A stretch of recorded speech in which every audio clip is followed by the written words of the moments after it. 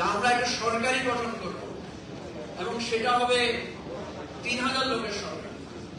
আমরা দেখতে পাচ্ছি বিএনপির দলীয়করণের যে পথে বিএনপি হাঁটা শুরু করেছে, ইতিমধ্যে বিভিন্ন জায়গায় দলের মধ্যে অন্তর্কুন্দল, মারামারি, গন্ডগোল, একে অপরের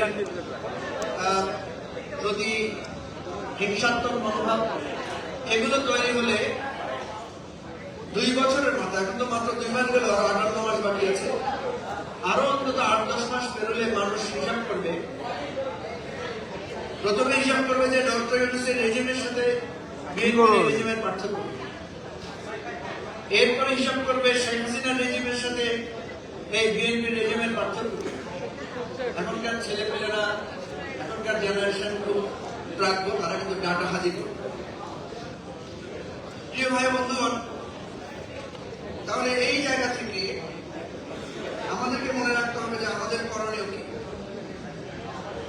1990 সালে 3 জোটের যে রূপরেখা ছিল, সেখানে কয়েকটি বিষয় আমাদের সামনে ছিল।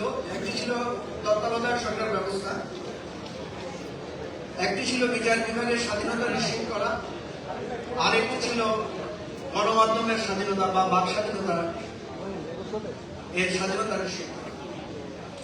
আমরা ইমিডিয়েটলি 90-এর গণঅভ্যুত্থানের পর একটা জিনিস পেয়েছিলাম, সেটা হচ্ছে তত্ত্বাবধায়ক সরকার ব্যবস্থা। এই তত্ত্বাবধায়ক সরকার ব্যবস্থার কারণে 3 নির্বাচন পেয়েছি আমরা অপেক্ষাকৃত ভালো, এবং চতুর্থ নির্বাচনে গিয়ে এটা আবার সেই একদলীয় নির্বাচন ব্যবস্থায় পর্যবসিত হয়েছে। আর বিচার বিভাগ এবং মিডিয়ার স্বাধীনতা, সেটা তো আমরা দেখলাম কিভাবে মিডিয়া স্বৈরাচারের বা ফ্যাসিবাদের প্রধান টুলসে পরিণত হয়েছে। আপনি দেখেন গত 2 মাসে আমরা নানা রকমের ইন্ডিকেশন দেখতে পাচ্ছি যে মিডিয়ার লোকদের টকশোতে গেলে দেখবেন হোস্টরা এখন মনে হয় যেন কম বেশি প্রো বিএনপি টকশো হোস্ট নানাভাবে কনভার্টেড হচ্ছে। একদম সিম্পটম পরিষ্কার, আমাদেরকে টকশোতে গিয়ে 2 জনের মোকাবেলা করতে হয়, আর যদি গেস্ট 3 জন থাকে কোথাও কোথাও 3 জনের মোকাবেলা করতে হয়। তো মানে বিষয়টা হচ্ছে এজ ইট ইজ আমরা পেছনের দিকে হাঁটছি। আমি একটা মধ্যপন্থী মানুষ, বিপ্লবী হতে পারি না এই জন্য, কারণ একসময় বিপ্লবী ছিলাম। আমি দেখলাম যে বিপ্লবী হলে একটা ক্ষতি হয়, বিপ্লবীরা খুব জনপ্রিয় হয়, তো যখনই তার হাতে ক্ষমতা আসে সে দ্রুত অজনপ্রিয় হয়ে যায়, কারণ তার যে বিপ্লবের যে মানে কমিটমেন্ট, সেটা সে আসলে ক্ষমতায় গেলে রক্ষা করতে পারে না। সেজন্য আমি দেখলাম যে মধ্যপন্থী থাকা ভালো, বেশি পপুলারও হওয়া যায় না, আবার ক্ষমতা আসলে মানে নির্বাচিত হওয়ার সুযোগটাও সেটাও একটু কম থাকে। আমরা যেটা বলছি চূড়ান্ত ভাবে, সেটা হচ্ছে আমরা একটা গণ সংগ্রাম এবং ফাইনালি আমাদের একটা বিপ্লবের পরিকল্পনা করতে হবে। আপনারা হয়তো বলছেন আপনি বিপ্লবী না, আবার বিপ্লবের কথা কেন বলছেন?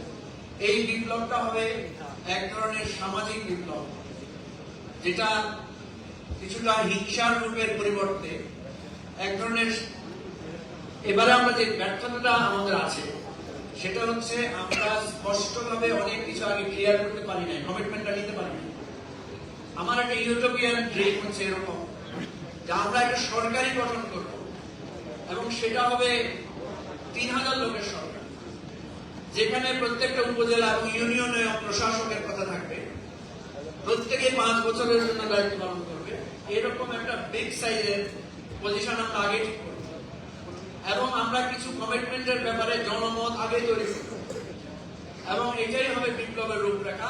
আগামী যে বিপ্লবটা হবে, জনগণ রাজপথে নেমে আসবে, স্বৈরতান্ত্রিক সরকারকে আমরা অপসারণ করব। এই হচ্ছে আমাদের কমিটমেন্ট, এই হচ্ছে আমাদের সেটআপ। এই কাজগুলো আমরা করব, এটার আগেই আমরা জনগণের সমর্থন নিব। এটার মধ্য দিয়েই আলটিমেটলি গণতান্ত্রিক রাষ্ট্রের রূপান্তর, আমাদের জুলাইয়ের যে স্বপ্ন, তার বাস্তবায়ন, এবং এটাই হবে আগামী দিনের গণভোটের ভিত্তি। অতীতের গণভোট আগামী দিনের গণভোটকে আমাদের বিজয়ের পতাকায় রূপান্তরিত করবে, এটাই আমাদের স্বপ্ন হওয়া উচিত। সবাইকে ধন্যবাদ।